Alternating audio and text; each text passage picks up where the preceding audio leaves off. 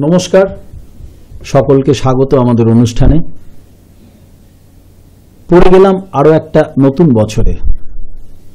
ইংরেজি ক্যালেন্ডার অনুযায়ী 2012 পেরিয়ে এলাম আরও একটা বছর। কি পেলাম কি পেলাম না সে হিসেব মেলানোর আগে নতুন বছরে পা রাখা মানেই নতুন স্বপ্ন, নতুন ভাবনা, নতুন কল্পনা, নতুন প্রত্যাশা। আর সর্বমঙ্গলময় ঈশ্বরের কাছে প্রার্থনা করি যে সকলের প্রত্যাশা পূর্ণ হোক 2012-তে। এই আশা নিয়ে আজকের অনুষ্ঠানে সকলকে আমাদের শুভেচ্ছা এবং আপনারা ভালো থাকুন, নির্মল থাকুন এই আশা রাখছি ভগবানের কাছে, ভগবান শিবের অভয় চরণে। এ কথা জানিয়েই, প্রণাম জানিয়ে শুরু করছি আজকের অনুষ্ঠান। আমাদের অনুষ্ঠান জ্যোতিষ ভিত্তিক এবং অবশ্যই আধ্যাত্ম ভিত্তিক অনুষ্ঠান। একথা নতুন করে বলার অপেক্ষা রাখে না, কারণ বহু বহু মানুষ ভারতবর্ষের যারা প্রান্তিক অঞ্চলে ছড়িয়ে ছিটিয়ে আছেন, শুধুমাত্র বাংলা ভাষাতে নয়, বিভিন্ন ভাষায় আমাদের এই অনুষ্ঠান দেখেন। এবং এটা ভাবতে ভালো লাগে যে এই অনুষ্ঠানের মাধ্যমে লক্ষ লক্ষ মানুষ আজকে তাদের জীবনকে মাধুর্যময় করতে পারছেন। শুধু অর্থ নয়, তারা বিভিন্ন ক্ষেত্রে যে অশান্তির বেড়াজালে পড়ে থাকেন তা থেকে বেরিয়ে আসতে পারছেন। আর পারছেন যে ব্যক্তিত্বের স্নিগ্ধ পিতৃসুলভ উপদেশকে পুঙ্খানুপুঙ্খভাবে মেনে চলে তিনি আমাদের এই অনুষ্ঠানে উপস্থিত হয়েছেন, যিনি জ্যোতিষ জগতের একজন আলোকময় ব্যক্তিত্ব, যার নাম বাবা শ্রী দেবদাসজি মহারাজ। তার পরিচয় নতুন করে আর দেওয়ার কিছু নেই। তার আগে জানিয়ে রাখি যে ভারতীয় জ্যোতিষ শাস্ত্র তা হল বেদের চক্ষু স্বরূপ, কারণ ঋগ্বেদেই প্রথম জ্যোতিষ শাস্ত্রের অভিষেক ঘটে এবং এই শাস্ত্রের মধ্যে বেদ, ব্রাহ্মণ, সংহিতা, উদ্ভিদবিদ্যা, গণিতবিদ্যা, জ্যামিতি, ক্ষেত্রবিদ্যা, এছাড়াও বৌদ্ধ ও জৈন ধর্মের ক্রিয়াকাণ্ডের বহুমুখী জ্ঞানের ঘনীভূত প্রভাব বিদ্যমান। সুতরাং এই শাস্ত্রকে উপেক্ষা করব কি করে আমরা? আর হাজার হাজার বছর ধরে ভারতীয় মুনি ঋষিরা প্রকৃতিকে অনুধাবন করে, গ্রহ নক্ষত্রের অবস্থানকে অনুধাবন করে যা লিপিবদ্ধ করে গেছিলেন, তারই প্রতিফলন হচ্ছে ভারতীয় জ্যোতিষশাস্ত্র। আমাদের জীবনে প্রতিটা মুহূর্ত একজন জাতক জাতিকা জন্মানোর পর তার বিবাহ, তার সন্তান লাভ, তার পিতৃমাতৃহানি,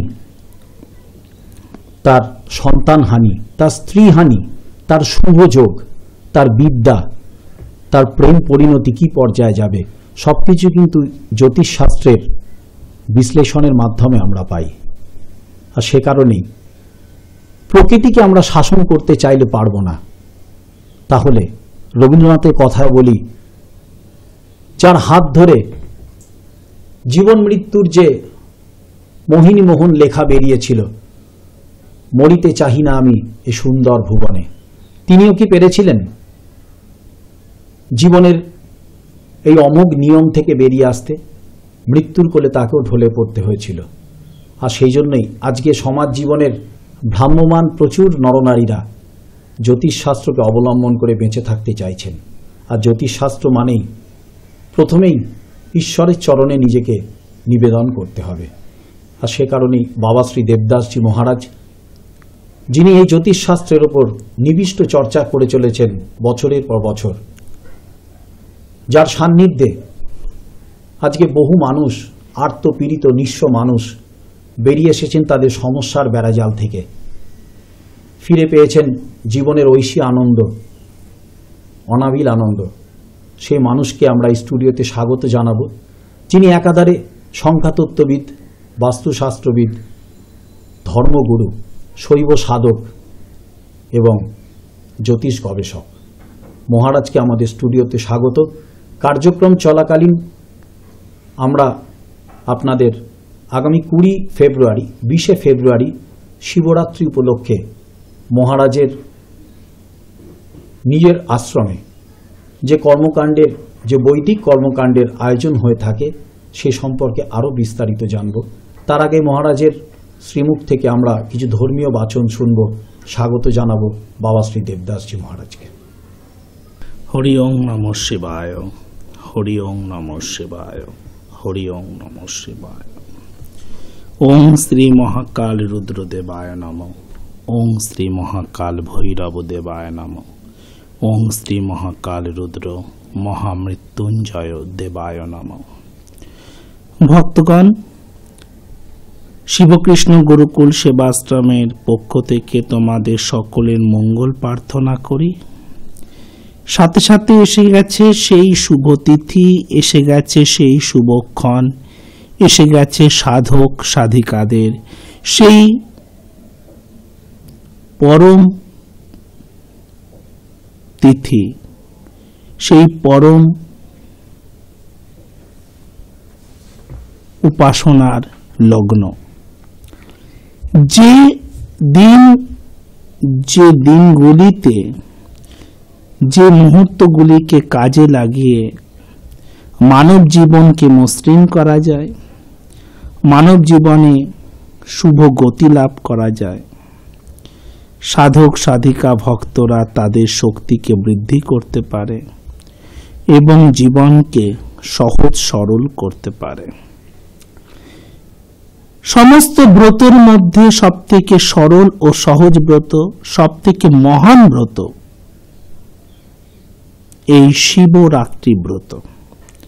আর তা আগামী 20 ফেব্রুয়ারি 2012 শিবকৃষ্ণ গুরুকুল আশ্রমের থেকে তোমাদের সকলকে, সকল দর্শককে, সকল ভক্তকে, সকল শিষ্যকে, যারা তোমরা অনুষ্ঠান দেখছো, তোমাদের সপরিবারে তোমাদের আমন্ত্রণ জানানো হচ্ছে আশ্রমে আসবার জন্য এবং নিখরচায়, কোনো সেজন্য সহযোগ মূল্য বা অর্থকড়ি দিতে হবে না।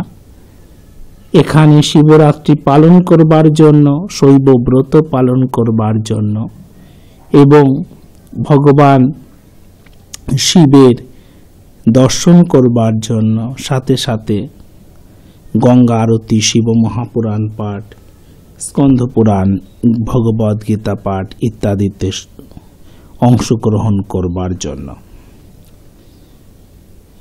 সে বিষয়ে তোমাদের আর্য আরেকবার বলে দিচ্ছে।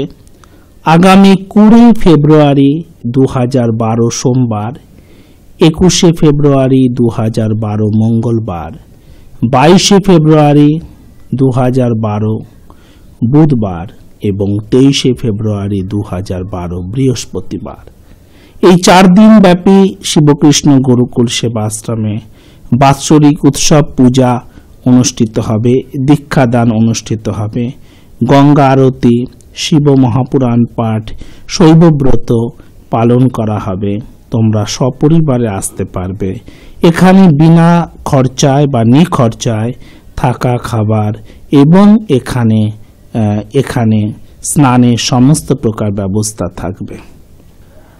দর্শক বন্ধুরা, আরও একবার আপনাদের জানিয়ে দিই যে আগামী 20 ফেব্রুয়ারি 2012 সাল শিবরাত্রি উপলক্ষে মহারাজের আশ্রমে যে বৈদিক ক্রিয়াকর্ম পালিত হবে সেই উপলক্ষে আপনাদের সকলকে আমাদের আমন্ত্রণ রইল।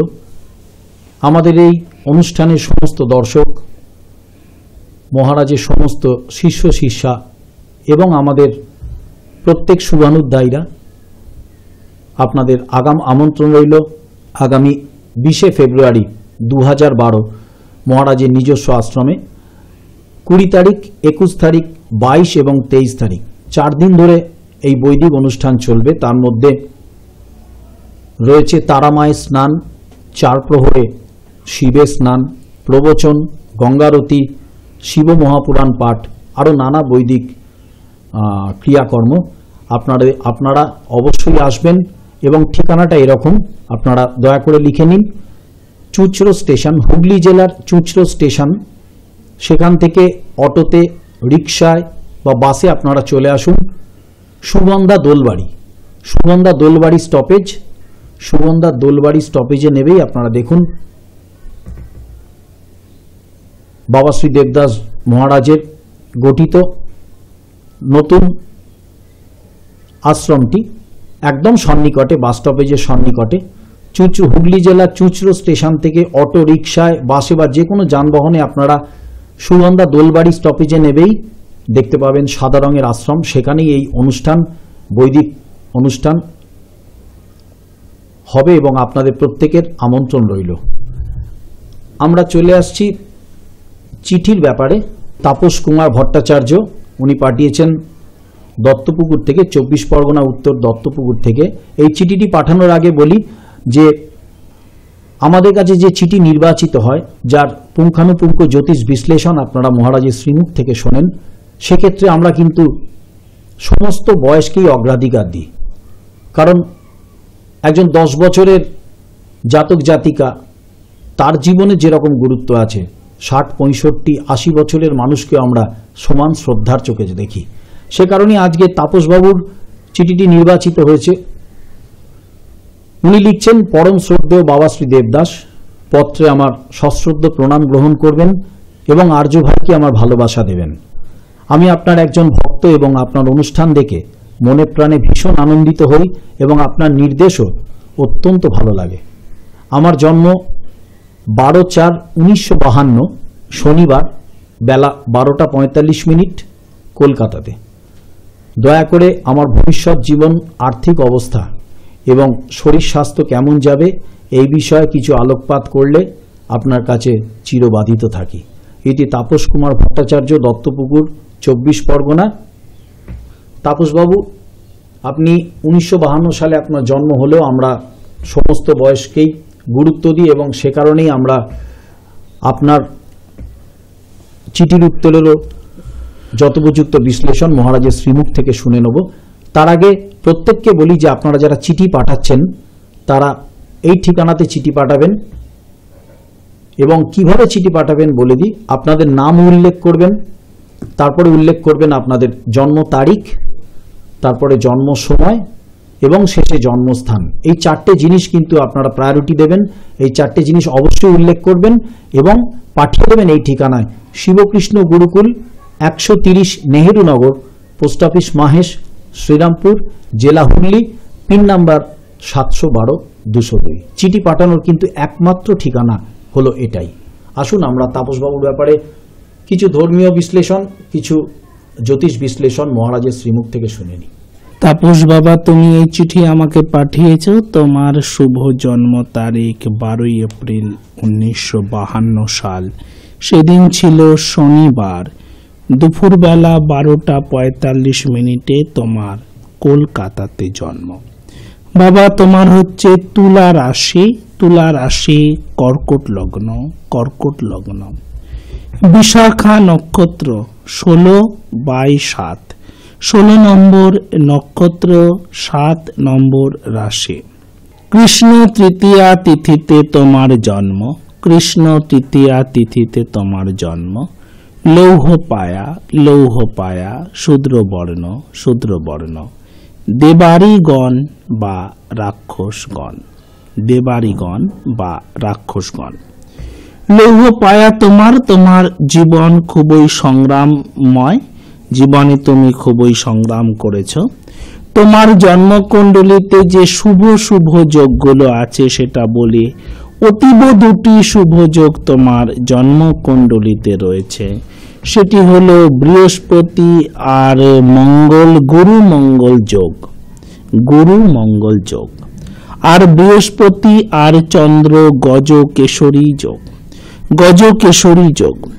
এত 2টি সুন্দর রাজযোগ থাকা সত্ত্বেও তোমার জীবন কেন এত সংগ্রামময়? তোমার জীবন কেন এত বেদনাময়? তোমার জীবন কেন এত এত দুশ্চিন্তাময়? তার কারণ তুমি ছোটবেলা থেকে খুব সংগ্রাম করেছ।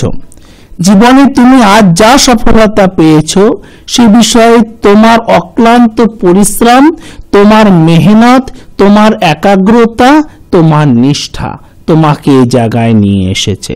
তুমি বিশেষ কারো সহায়তা পাওনি, তুমি বিশেষ কারো সহায়তা পাওনি, কারণ তোমার জন্মকুণ্ডলিতে খুবই ভালো দুটি যোগ আছে, আর তোমার শুক্র খুব আছে তুঙ্গস্থ, ফলে তুমি খুব শৌখিন এবং খুব মার্জিত এবং খুবই তুমি তোমার খুব অভিরুচি রাখো, তুমি খুব মার্জিত এবং তুমি খুবই শৌখিন, তুমি খুবই শৌখিন।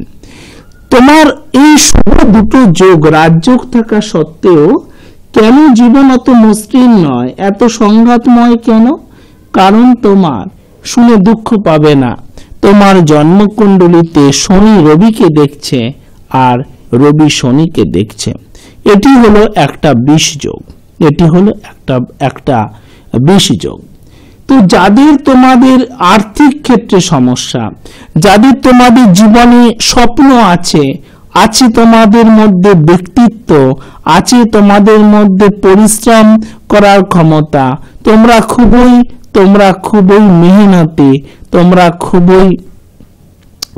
খুবই পরিশ্রম করো, কিন্তু সফলতা জীবনে নেই তাদের ক্ষেত্রে। এবং যাদের শনি বিবাহের ক্ষেত্রে সমস্যা দিচ্ছে, বিবাহের বিলম্ব, বিবাহিত জীবনে সুখ শান্তিকে নষ্ট করে রেখেছে, স্বামী স্ত্রী থেকে দূরে, স্ত্রী স্বামী থেকে দূরে, বা মামলা মোকদ্দমা, এই যে সমস্যা,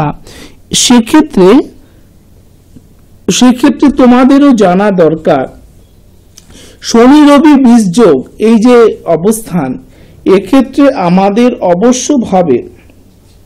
অবশ্যভাবে শনির পুরো পরিচয় জানতে হবে, রবির পুরো পরিচয় জানতে হবে, এবং সূর্য পূজা, সূর্য প্রণামের সাথে সাথে সংঘার প্রণাম মন্ত্র আমাদের জানতে হবে, সংঘার প্রণাম মন্ত্র আমাদের জানতে হবে। বা যারা শনি রবির কারণে অসুস্থ হয়ে পড়ছো বারবার, হ্যাঁ ডাক্তার বলছেন সুস্থ, কিন্তু শারীরিক সুস্থতা অনুভব করছো না, অথবা যতক্ষণ পর্যন্ত ঔষধ খাচ্ছ, ঔষধের মধ্যে রয়েছে, সুস্থ থাকছো, কিন্তু ঔষধ ছেড়ে দিলেই বা মেডিসিন ছেড়ে দিলে আর সুস্থ থাকছো না, অর্থাৎ তোমার রোগ আরোগ্য হলো না, রোগটা প্রশমিত হয়ে থাকছে। সেক্ষেত্রে এরকম ক্ষেত্রে এই শনি রবি খুব বিলম্ব খুব একটা সমস্যা সৃষ্টি করে। তাই শনি আর রবির পরিচয় কি তোমরা জানো? এই সংঘার প্রণাম মন্ত্র কেন করতে হবে? সেক্ষেত্রে যে জমের ত্রাস, রোগ ভোগ, রোগ ব্যাধি, তো জমকে তা তোমাদের জানতে হবে। এবং ছায়াকে, সেক্ষেত্রে ছায়ার যে তোমার ধ্যান মন্ত্র তাও তোমাদের জানতে হবে। তাহলে সূর্য, সংঘা, ছায়া, শনি, যম, এদের মধ্যে সম্পর্কগুলো কি? শনি বিলম্ব করে, শনি বিবাহে সমস্যা দেয়, শনি স্বপ্ন পূরণ হতে দেয় না। হ্যাঁ, বিবাহিত জীবনে তো এমন হয় যে ডিভোর্স হয়ে যাবে, বা শনির কারণে বিয়েই হয় না। হ্যাঁ, তোমার কুমারী মেয়ে তার পাত্রীর সম্বন্ধ আসছে, দোজবরে বিয়ে, এরকম সম্বন্ধ আসে, অবাস্তব। হ্যাঁ, তো এক্ষেত্রে জানতে হবে যে এই যে তোমাদের এই যে সময়টা, যে মকর সংক্রান্তি, সূর্যের এখন উত্তরায়ণ হলো। কুরুক্ষেত্রে যখন ভীষ্ম পিতামহ যখন সরসজ্জায় শায়িত হয়েছিলেন, তিনি যতক্ষণে উত্তরায়ণ না হলো, মকর সংক্রান্তির দিন না হলো, তিনি ততক্ষণ পর্যন্ত ইচ্ছা মৃত্যু ছিল তার, তিনি দেহত্যাগ করলেন না। উত্তরায়ণ হলো সূর্যের এই সময়, উত্তরায়ণ হলো শুভ সময়। তো এই সূর্যের উত্তরায়ণ বা মকর সংক্রান্তি বা গঙ্গা সাগরে স্নানের দিনটা থেকে শুরু করে এদিকে শিবরাত্রি আর যাদের এই শনি রবি সমস্যা তাদের দোল পূর্ণিমা পর্যন্ত গ্রহকে প্রশমিত করার, গ্রহকে শান্ত করার, গ্রহের পূজা করার সবথেকে শুভ সময়। কেমন? তো অদিতি হলো দক্ষের কন্যা, দক্ষের মেয়ের নাম হলো অদিতি। কাশ্যপ বিয়ে করেছিলেন তাকে, কাশ্যপ অদিতিকে বিয়ে করেছিলেন। এই অদিতি আর কাশ্যপের সন্তান অদিতির গর্ভে 12 জন পুত্রের জন্ম হয়, 12টি পুত্রের জন্ম হয়, তার মধ্যে সূর্য একজন। এখনো তোমরা দেখছো যে বিজ্ঞানীরা বিভিন্ন রিসার্চের মাধ্যমে তারা জানছেন, গবেষণার মাধ্যমে আমাদের সূর্যের মতো, সূর্যের আমাদের এই সৌরজগতের কাছাকাছি আরো সূর্যের মতো এরকম 11টি নক্ষত্র আছে এবং তারা নাকি সূর্যের থেকেও বড়। তো এই প্রজাতি নক্ষত্রদের মধ্যে সূর্য ছোট বা সূর্য একটি সাধারণ নক্ষত্র। তো এই 12টি পুত্রের মধ্যে সূর্য একজন। বিবাহ করেছিলেন সূর্য কাকে? বিশ্বকর্মার কন্যা সংঘাকে। এই যে সংঘা নামটা এলো, অর্থাৎ সূর্যের স্ত্রী হলো সংঘা। সূর্য মন্ত্র, সূর্য প্রণাম, সূর্যকে আমরা তখনই শান্ত করতে পারবো সূর্য যখন আমরা সূর্যের সাথে সংঘা তার স্ত্রীর প্রণাম মন্ত্র আমরা করব। সংঘার গর্ভে সূর্যের প্রথম পুত্রের নাম হচ্ছে বৈবস্বত। বৈবস্বত মনু হলো সংঘা আর সূর্যের প্রথম পুত্র। তারপরে জন্মালো যম, তারপরে দ্বিতীয় পুত্রের নাম হলো যম। তাহলে যমকে, এই যে যমের ভয়, হ্যাঁ, মৃত্যুর ভয়, মৃত্যুর মতো হয়ে একেবারে অ্যাক্সিডেন্টের মুখ থেকে একদম প্রাণী মরতে মরতে বেঁচে আসা, হ্যাঁ, তোমার অঙ্গহানি হয়ে যাওয়া, হ্যাঁ, যমের ত্রাস, যমের ভয়। তাহলে যম হলো সূর্যের দ্বিতীয় পুত্র, সংঘা আর সূর্যের দ্বিতীয় পুত্র। শেষে একটি কন্যা, তার নাম হলো যমুনা, যমুনা, হ্যাঁ, যমের ওই যে ভাতৃ দ্বিতীয়া যে হয়, হ্যাঁ, যমুনা হলো সূর্যের কন্যা আর যমের বোন। আমি তোমাদের এই কাহিনী বলছি যারা তোমরা পুরাণগুলি পড়েছো, স্কন্দ পুরাণ থেকে আমি তোমাদের এই কাহিনী বলছি, স্কন্দ পুরাণ থেকে। সংঘা সূর্যকে বিয়ে করেছিলেন বটে, সূর্যের সাথে সংঘা মানে বিশ্বকর্মার মেয়ে সংঘা বিয়ে হয়েছিল বটে, কিন্তু সূর্যের তেজ সে কখনোই সহ্য করতে পারত না। দূরে দূরে সবসময় সূর্য থেকে সংঘা সবসময় দূরে দূরে থাকতেন, তার কাছে যেতে চাইতেন না। কিন্তু কতক্ষণ দূরে থাকবেন? একই ঘরের মধ্যে বাস করে কতক্ষণ দূরে থাকবেন? একদিন সংঘা চিন্তা করলেন, আর আমি এখানে থাকতে পারবো না, এত সূর্যের তেজের মধ্যে আমি থাকতে পারবো না, আমি বাপের বাড়ি চলে যাই। কিন্তু সূর্য তাতে রাজি হলেন না। সূর্য রাজি হবেন কেন? বড় মুশকিলে তিনি পড়লেন, সংঘা বড় মুশকিলে পড়ে ভাবতে লাগলেন কি করা যায়। ভাবতে ভাবতে সংঘা বা সূর্যের স্ত্রী তিনি ঠিক করলেন অবিকল তারই মতো তিনি এক নারীকে সৃষ্টি করে সূর্যের কাছে রেখে যাবেন। একদম তার মতো দেখতে আরেকজন নারীকে তৈরি করে সে সূর্যের কাছে রেখে যাবেন। তাহলে আর সূর্য তাকে দেখে কোনো সন্দেহ করবে না, তাকেই সে সংজ্ঞা ভেবে নেবে। এই চিন্তা করে সংজ্ঞা একেবারে নিজের রূপে তৈরি করলেন আর এক নারীকে তৈরি করলেন, আর তার নাম দিলেন ছায়া। তাহলে ছায়াকে দেখবে শনির যখন তোমরা প্রণাম মন্ত্র করো তখন দেখবে লেখা আছে ছায়া শব্দটি আছে, ছায়া মন্ত্র। ছায়াটাকে, ছায়া হলো এই সূর্যের দ্বিতীয় স্ত্রী যাকে সংজ্ঞা তৈরি করলেন। কেন? সূর্যের তেজ আর সংজ্ঞা সহ্য করতে পারছিলেন না, তিনি ছায়াকে তৈরি করে গেলেন। সংজ্ঞা ছায়াকে বললেন, তুমি সূর্যের স্ত্রী হয়েই থাকবে, তোমার পরিচয় কখনো তোমার পরিচয় তুমি কখনো কাউকে বলবে না। ছায়া বলল, আমি তো নকল সংজ্ঞা, কখনো যদি ধরা পড়ে যাই তাহলে তো শাপগ্রস্ত হতে হবে। শাপগ্রস্ত হবার ভয় যখন আমার যদি এরকম তৈরি হয়, তাহলে কিন্তু আমি সমস্ত সত্য কথা বলে দেব যে আমি সংজ্ঞা নই, আমি ছায়া। সংজ্ঞা আর কোনো কথা না বলে সে বাপের বাড়ি বিশ্বকর্মার কাছে ফিরে গেল। বাবার পায়ে প্রণাম করে সংজ্ঞা বললেন, বাবা, তোমার জামাই বা সূর্যের এত তেজ আমি সহ্য করতে পারছি না, তাই আমি এতদিন ধরে বহু কষ্ট পেয়েছি, বহু কষ্ট সয়েছি, আর আমি ওখানে ফিরে যাব না। আমি চিরদিনের জন্য আমি তোমার কাছে চলে এলাম, আমি বাপের বাড়িতেই চলে এলাম। কন্যার কথা শুনে বিশ্বকর্মা তো খুব ভৎসনা করলেন, তিনি খুশি হলেন না। না না, এ কি, বিয়ের পরে মেয়ে বাপের বাড়িতে এসে যাবে, শ্বশুর বাড়িতে থাকবে না, এটা মোটেই ভালো কাজ নয়, তুমি তোমার স্বামীর কাছে ফিরে যাও।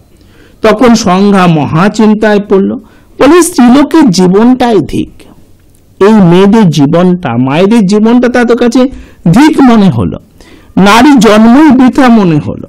যে প্রথম জীবনে পিতার আশ্রিত হয়ে বাঁচা, তারপরে স্বামীর আশ্রিত হয়ে বাঁচা, আর শেষ জীবনে পুত্রের আশ্রিত হয়ে বাঁচা, দূর দূর, এই নারী জীবন একেবারে বৃথা, একেবারে মানে কোনো স্বাধীনতা নেই। এখন আমি কি করি, স্বামীর ঘরেও ফিরে যেতে পারবো না, সেখানে আমি ছায়াকে তৈরি করে এসেছি, যে ছায়াকে দেখতে একেবারে আমার মতো, তাহলে তো সমস্ত কিছু সূর্য তো জানতে পেরে যাবে। আর ছায়াই বা ছাড়বে কেন, ছায়া তো সেই ঘর সংসার সে তো নিজের মতো করে বুঝে নিয়েছে। সে নিত্য পিতার কাছে ভৎসনা শুনতে থাকতো, রোজ রোজ বিশ্বকর্মা তাকে ভৎসনা করতো, তবে যা তুই ফিরে যা, তোর বিয়ে হয়ে গেছে, অবশ্যই তোর স্বামীর ধর্ম পালন করা উচিত, তোর এখানে থাকা উচিত না। তাহলে এখন কি করবে, কি করলে তার মঙ্গল হবে, সেই কথা ভাবতে লাগলো। মনোরমা সংজ্ঞা এমন চিন্তা করে তপস্যার জন্য মন স্থির করলো।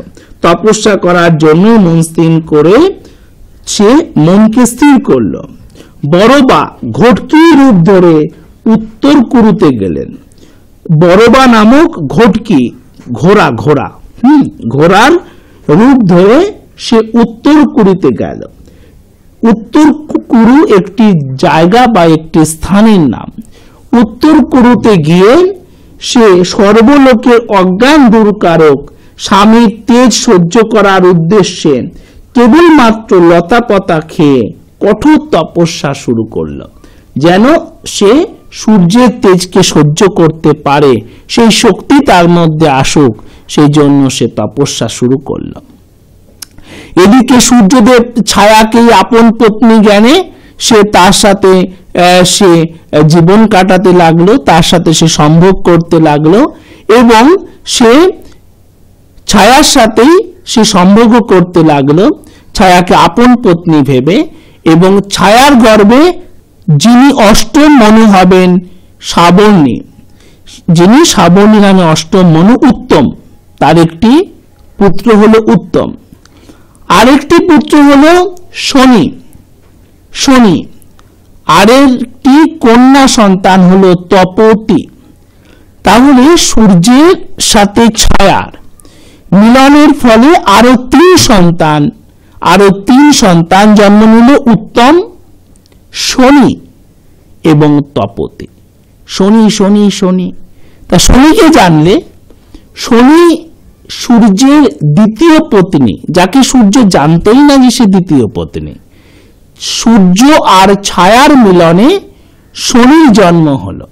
প্রথম পুত্র উত্তম, দ্বিতীয় পুত্র শনি, আর তৃতীয় পুত্র হলো তপতি। এখন ছায়ার সংজ্ঞার 3 ছেলে মেয়ে প্রথমেই ছিল, যাদের নাম হলো বৈবস্বত মনু, যম এবং যমুনা। আর দ্বিতীয় পক্ষে মানে ছায়ার গর্ভে এলো উত্তম এবং শনি এবং তপতি। তাদের 6 জনকে দেখাশোনা করতে লাগলেন। কিন্তু স্বাভাবিকভাবেই তার নিজের কন্যা পুত্রদের প্রতি তার স্নেহ একটু বেশি জাগলো। তাই বড়দের প্রতি মানে বৈবস্বত এবং তোমার যম এবং যমুনার প্রতি তার অতটা বেশি তার যত্ন, অতটা বেশি আদর, অতটা বেশি স্নেহ ছিল না। খাদ্য, অলংকার, বেশভূষা সবকিছুতেই সে শনি উত্তম এবং তপতিকে অধিক সুবিধা দিতে লাগলো। এই ব্যাপারটা যম লক্ষ্য করলেন যে সে ছোট ছোট ভাই বোনেদের অনেক বেশি করে মা ভালোবাসছে, আর আমাদের তেমন করে ভালোবাসছে না। কিন্তু তার কারণ সে জানতো না। সে খুব ভাবে যম ক্রোধিত হলো, এবং যম ক্রোধিত হয়ে সে বাল্য অবস্থাতেই সে ক্রোধে গর্জন করতে লাগলো এবং মায়ের প্রতি সে পা তুলে দিল, কিন্তু পদ আঘাত করলো না, সে মায়ের প্রতি পা তুলে দিল। তখন ছায়া যমকে শাপ দিলেন যে পা তুমি আমার উপরে তুলতে উদ্যত হলো, যে পা তুমি আমার উপরে তুলতে উদ্যত হলে সেই পা তোমার একদিন খসে যাবে, তোমার একদিন খসে পড়ে যাবে। তো শাপ শুনে যমের ভয় হলো। সে বাবার কাছে গেল, সূর্যের কাছে গেল, বলল, বাবা, মা আমাকে শাপ দিয়েছেন, মা সকল ছেলে মেয়েদের সমান চোখে দেখবে, কিন্তু তিনি তা না করে উত্তম, শনি আর তপতির প্রতি বেশি স্নেহ দেখেন, আর আমাদের প্রতি তিনি অত স্নেহ ভালোবাসা দেখান না। তাই আমার মনে খুব রাগ হয়েছিল, আর আমি পা তুলেছি কিন্তু পদাঘাত করিনি, তাতেই মা আমাকে শাপ দিলেন। বাবা, মায়ের শাপে আমার পা যেন খসে না পড়ে, আপনি সেই ব্যবস্থা করুন। তখন সূর্য বলল, বউ অপরাধ করলে মা কখনো পুত্রকে শাপ দেন না।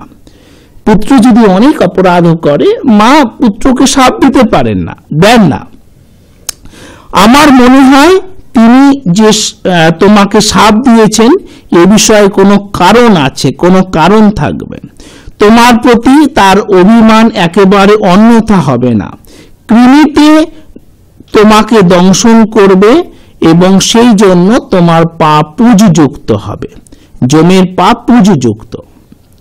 তারপর সূর্য অন্তঃপুরে ভিতরে গিয়ে পত্নীকে বললেন যে পুত্ররা তো সকলেই সমান, পুত্র বা সন্তানরা তো সকলেই সমান, তবুও তুমি কেন ছোটদের প্রতি উত্তম, শনি এবং তপতির প্রতি তুমি কেন বেশি ভালোবাসা দেখাও, কেন বেশি তুমি তাদেরকে স্নেহ করো? সূর্য এমন প্রশ্ন করলেও ছায়া কোনো উত্তর দিলেন না। তখন সূর্য এই রহস্যকে জানবার চেষ্টা করলেন যে কারণটা কি। কারণ যে কোনো দেবদেবী তো বটেই, এমনকি সাধক পর্যন্ত তারা উদাসীন থাকে, কথা সত্য, কিন্তু তারা যদি মনে করেন তো অনেক কিছুকে তারা ধ্যানযোগে জানতে পারেন, অনেক না বলা কথা মনকে তারা ধ্যানযোগে পড়তে পারেন। তাই সূর্য তখন ভাবলেন যে এর কি রকম একটি বিষয় হলো যে মায়ের মনে এরকম কেন স্নেহ, যে কারোর প্রতি বেশি কারোর প্রতি কম। তিনি সেজন্য কি করলেন, তিনি তখন ধ্যানযোগে সব কিছুকে জেনে অভিশাপ দিতে উদ্যত হলেন। ও হয়ে কি করেছো, তুমি তো সংজ্ঞা নও, তুমি তো ছায়া, তুমি আমার সাথে ছলনা করেছো, করে তুমি আমার পত্নীর অধিকারকে নিয়েছো, তুমি আমার সাথে সম্ভোগ করেছো, আমার বীর্যে তুমি সন্তানের জন্ম দিয়েছো, এটা একদম অন্যায়। তুমি আমাকে তোমার সঠিক পরিচয় দাওনি, আমি তোমাকে আমার স্ত্রী ভেবে তোমার সাথে আমি সঙ্গম করেছি, না এই একেবারে অন্যায়। তখন তিনি শাপ দিতে উদ্যত হলেন। ছায়া তখন আগেই বলেছিলেন সংজ্ঞাকে যে দেখো, আমি শাপ নিতে পারবো না, যদি সূর্য সবকিছু জেনে ফেলেন তাহলে আমি সব সত্য কথা বলে দেব।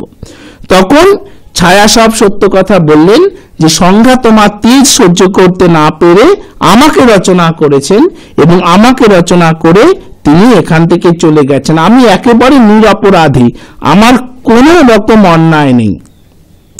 তখন সূর্য সবকিছুকে জেনে তাকে আর শাপ বা অভিশাপ দিলেন না। ক্রোধ ভরে সংঘার সঙ্গে দেখা করার উদ্দেশ্যে বিশ্বকর্মার বাড়িতে গেলেন। ক্রোধ ভরে সংঘার সাথে দেখা করার উদ্দেশ্যে বিশ্বকর্মার বাড়িতে গেলেন। ক্রোধে কম্পমান সূর্যকে বিশ্বকর্মা নানান মধুর বাক্য দিয়ে সান্ত্বনা দিতে লাগলেন। হে সূর্য, তোমার তেজ সহ্য করতে না পেরে সংঘা উত্তর কুরুতে বড়বা রূপে তপস্যা করছে, তার উদ্দেশ্যে তোমার তেজ যেন সে সহ্য করতে পারে। তারপর বিশ্বকর্মা সূর্যের অনুমতি নিয়ে তাকে কুদে চড়িয়ে তাকে চেঁচে দিলেন। তাতে সূর্যের তেজ কম অর্থাৎ কমনীয় হলো, যা মনুষ্যের পক্ষে সহ্য করা সম্ভব হলো বা যা সংঘার পক্ষেও সহ্য করা সম্ভব হলো। তারপর সূর্য বিশ্বকর্মার অনুমতি নিয়ে উত্তর কুরুতে গিয়ে তপস্যারতা একটি ঘটকিকে বা একটি নারী ঘোড়াকে দেখতে পেল। সংঘায় সেই ঘটকি বা সে নারী ঘোড়া তা সূর্য চিনতে পারল। তখন তিনি এক সুন্দর ঘটকের রূপ ধরে তখন সে একটি সুন্দর ঘোড়ার রূপ ধারণ করল সূর্য, এবং সে বড়বার মুখে সঙ্গম করলেন। অশ্বিনী রূপিণী সংঘা পরপুরুষের আশঙ্কায় সেই সূর্যবীর্য নাকের মাধ্যমে সে শরীরের বাইরে করে দিল বা সে নাকের মাধ্যমে বমন করলো বা বমি করলো। তাতে অশ্বিনী কুমারদ্বয়ের জন্ম হলো, যেখান থেকে বৈদ্য বা যেখান থেকে চিকিৎসার শুরু। তো যখন কখনো যদি শরীর খুব ভাবে যদি বিনষ্ট হয়, তখন অবশ্যভাবে দুয়া, শুধুমাত্র দাবা নয়, দাবার সাথে দুয়াও কাজে লাগবে। তো অশ্বিনী কুমারদ্বয়ের জন্ম হলো, আর পরে এই অশ্বিনী কুমারদ্বয় স্বর্গের বৈদ্য রূপে খ্যাতি লাভ করলেন। তাই সূর্যকে শান্ত করতে গেলে এই সংঘার ধ্যানমন্ত্র ছাড়া সূর্য পূজা কিন্তু সম্পন্ন হবে না। আর শনিকে শান্ত করতে গেলে ওই যে শনির মাতা ছায়ার ধ্যানমন্ত্র ছাড়া শনি শান্ত হবে না।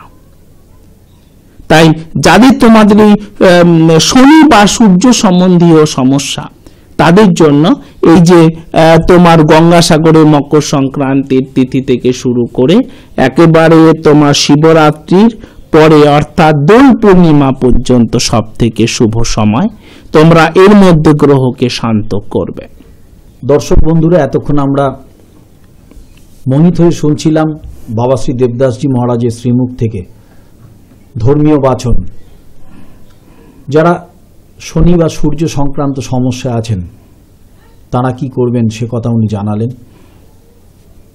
সত্যি একজন ধর্মগুরু, শৈব সাধক, যার শিব মহাপুরাণ, তন্ত্রলতিকা, বৃহৎ শাস্ত্র কণ্ঠস্থ, সেরকম মানুষের সান্নিধ্য যারা পেয়েছেন তারাই জানেন যে জীবনকে কতটা ছন্দ সুষমায় তারা সাজাতে পেরেছেন।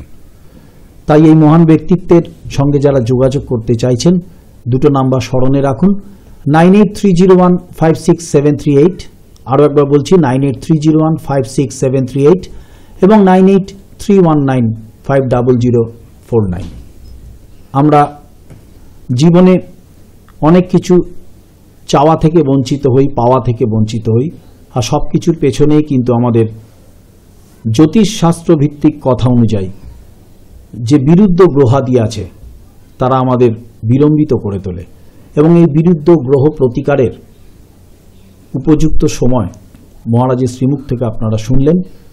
যে কিছু পুণ্য তিথি থাকে সেই তিথির কথা উনি বলেছেন। আপনারা যত শীঘ্র সম্ভব এই মহান ব্যক্তিত্বের সঙ্গে যোগাযোগ করার জন্য এই দুটো নাম্বারে ফোন করুন, এবং যে পশ্চিমবাংলায় যে 3টি চেম্বারে উনি বসেন সেই 3টি চেম্বারের ঠিকানা আপনাদের জানিয়ে রাখি। যে দুটো নাম্বার আপনাদের স্মরণে রাখতে হবে সেই দুটো নাম্বার হলো 9830156738 এবং 9831950049। এই দুটো নাম্বার আপনারা স্মরণে রাখুন, তাহলেই দেখবেন আপনাদের জীবনে কিন্তু সাফল্যের রামধনু এঁকে দেবেন এই মহান ব্যক্তিত্ব। আর ঠিক এভাবেই বলি যে আপনারা এই মহান ব্যক্তিত্বের সাথে কোথায় কোথায় যোগাযোগ করতে পারবেন। প্রথমটি হলো ওনার নিজের আশ্রমে শিবকৃষ্ণ গুরুকুল, 130 নেহেরু নগর, পোস্ট অফিস মাহেশ, শ্রীরামপুর জেলা, Hooghly, pin number 712-202, bus stoppage মাসির বাড়ি। চিঠি পাঠানোর একমাত্র ঠিকানা হলো কিন্তু শিবকৃষ্ণ গুরুকুল। আরও একটি ঠিকানা কলকাতা সল্ট লেকে, Goodluck point, BD 390, sector 1, salt lake, Kolkata 64, bus stoppage BD, United bank of ইন্ডিয়ার পাশের গলি দিয়ে গিয়ে VIP সুইটস নামক একটি মিষ্টির দোকান, ঠিক তার উল্টো দিকেই ওনার চেম্বার। তৃতীয় চেম্বারটি হচ্ছে বাঁশদ্রোণীতে, টালিগঞ্জ মেট্রো স্টেশন থেকে 3টি স্টপেজ দক্ষিণে নেতাজি নগর বাস স্টপেজে এসে আপনারা অটোতে বা রিক্সায় চলে আসুন জয়শ্রী কালীতলা। সেখানে এসে দেখুন নাইস টুডে নামক একটি বিউটি পার্লার, ঠিক তার উল্টো দিকে রাগেশ্রী অ্যাপার্টমেন্ট, 147 শরৎপল্লী, রাগেশ্রী অ্যাপার্টমেন্টে উনি বসেন। উত্তরবঙ্গের সমস্ত মানুষ যারা বাবা শ্রী দেবদাসজি মহারাজের সঙ্গে যোগাযোগ করতে চাইছেন, যারা তার পরম সান্নিধ্য পেতে চাইছেন তার পিতৃসুলভ উপদেশ, তাদের জন্য যোগাযোগের এই ঠিকানা উত্তরায়ণ অ্যাপার্টমেন্ট, 25 নম্বর স্বামীজি সরণি, হাকিমপাড়া, শিলিগুড়ি, পিন নাম্বার 734001, বিবেকানন্দ স্কুলের ঠিক বিপরীতে। আরও একবার জানিয়ে রাখি, উত্তরায়ণ অ্যাপার্টমেন্ট, 25 নম্বর স্বামীজি সরণি, হাকিমপাড়া, শিলিগুড়ি, পিন নাম্বার 734001, বিবেকানন্দ স্কুলের ঠিক বিপরীতে। এই মুহূর্তে আপনারা টিভির পর্দায় বাবা শ্রী দেবদাসজি মহারাজের দীর্ঘদিনের যে পরিকল্পনা, সেই আশ্রমের রূপরেখা আপনারা দেখতে পাচ্ছেন। এবং আরও একটি সুখবর আপনাদের জানিয়ে রাখি যে বাবা শ্রী দেবদাসজি মহারাজের ঐকান্তিক প্রয়াসে, দীর্ঘদিনের প্রয়াসে গঠিত শিবকৃষ্ণ গুরুকুল সেবাশ্রম পরিচালিত বৃদ্ধ বৃদ্ধা নিবাসে যে সমস্ত বৃদ্ধ বৃদ্ধারা ধর্মীয় ও আধ্যাত্মিক পরিবেশে তাদের জীবন নির্বাহন করতে চান, যারা এখানে আগামী জীবন থাকার জন্য ইচ্ছুক, তারা অবিলম্বে আমাদের সাথে এই দুটো নাম্বারে যোগাযোগ করুন, 9831950049 এবং 9830156738। আরও একবার আপনাদের জানিয়ে রাখি যে আশ্রমের রূপরেখা আপনারা এই মুহূর্তে টিভির পর্দায় দেখছেন, সেটি গঠিত হচ্ছে হুগলি জেলার চুঁচুড়ার সুগন্ধাতে। ঠিকানাটা এরকম, চুঁচুড়া স্টেশন থেকে আপনারা যে কোনো যানবাহনে চলে আসবেন সুগন্ধা মোড়ে এসে সামনেই দেখতে পাবেন দোলবাড়িতেই এই মন্দির গঠিত হতে চলেছে এবং তার সন্নিকটেই শিবকৃষ্ণ গুরুকুল সেবাশ্রম গঠিত বৃদ্ধ নিবাসেরও আপনারা রূপরেখা দেখতে পাবেন আমাদের পরবর্তী কার্যক্রমে। এবং আরও যারা বিশদভাবে জানতে চান তারা অবিলম্বে আমাদের সাথে যোগাযোগ করুন এই দুটো নাম্বারে, 9831950049 এবং 9830156738। আপনাদের আমাদের ওয়েবসাইটের ঠিকানাটাও জানিয়ে রাখি, www.babadevdas.com, www.babadevdas.com। এবং পরিশেষে বলি, এই আশ্রমের আরও পরিপূর্ণতার জন্য আপনাদের সকলের, যারা এই অনুষ্ঠানে নিয়মিত চোখ রাখেন, বা বাবা শ্রী দেবদাসজি মহারাজের সমস্ত শুভানুদ্দায়ী ভক্ত শিষ্যদের ঐকান্তিক সহযোগিতা আমরা কামনা করি।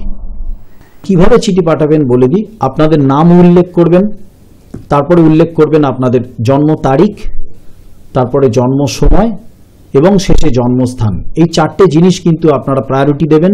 এই 4টে জিনিস অবশ্যই উল্লেখ করবেন এবং পাঠিয়ে দেবেন এই ঠিকানায়, শিবকৃষ্ণ গুরুকুল, 130 নেহেরু নগর, পোস্ট অফিস মাহেশ, শ্রীরামপুর জেলা, হুগলি, পিন নাম্বার 712-202। চিঠি পাঠানোর কিন্তু একমাত্র ঠিকানা হলো এটাই। অনুষ্ঠানের একদম শেষ পর্বে এসে আরও একবার আপনারা 2012 সালে আরও পরিপূর্ণ হন, জীবনকে আরও সমৃদ্ধ করুন, এই আশা রাখছি। কারণ বাহ্যিক লালসা, বাহ্যিক মোহে জীবনের পথ চলতে চলতে আমরা যারা বুঝতে পারি যে আমরা দিগ্ভ্রান্ত হয়েছি, পথভ্রষ্ট হয়েছি, তাদের জন্য কিন্তু আমাদের এই অনুষ্ঠান সমস্যা এবং সমাধান। এবং শীত, গ্রীষ্ম, বর্ষা, হেমন্ত সমস্ত ঋতুতে যে মহান ব্যক্তিত্ব আপনাদের পাশে আছেন তিনি হলেন বাবা শ্রী দেবদাসজি মহারাজ। আজকের মতো এখানেই শেষ করব।